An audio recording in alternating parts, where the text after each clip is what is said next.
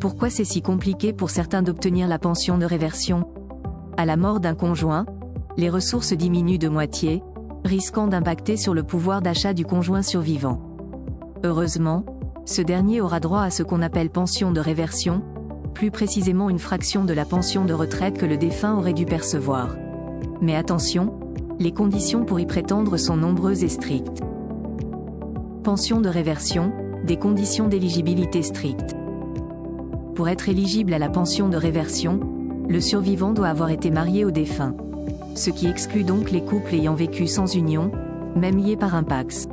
Même si les deux époux ont divorcé, et que chacun ait vécu en concubinage, sans remariage, l'ex-époux survivant pourra toujours prétendre à cette pension de réversion.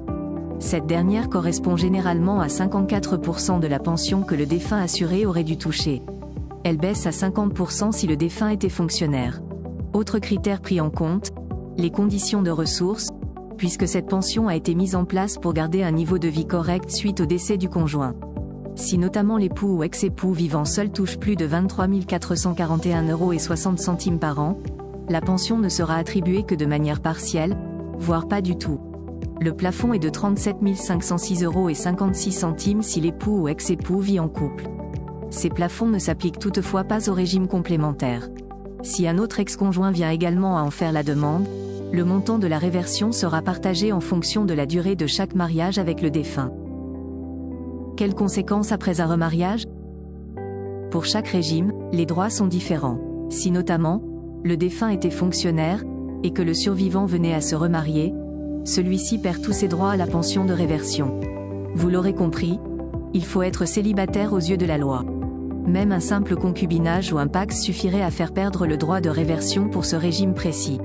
Si ce remariage prenait toutefois fin, il reste possible de redemander la pension de réversion. Par contre, dans un régime de base des salariés, le remariage est possible, sans qu'il n'y ait perte de droit. Il en est de même pour l'Agirc Arrco et le régime complémentaire de la MSA. Comment faire la demande de la pension de réversion?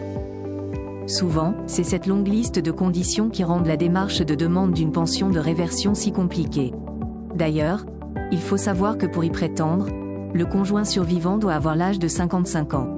Et le plus tôt sera le mieux.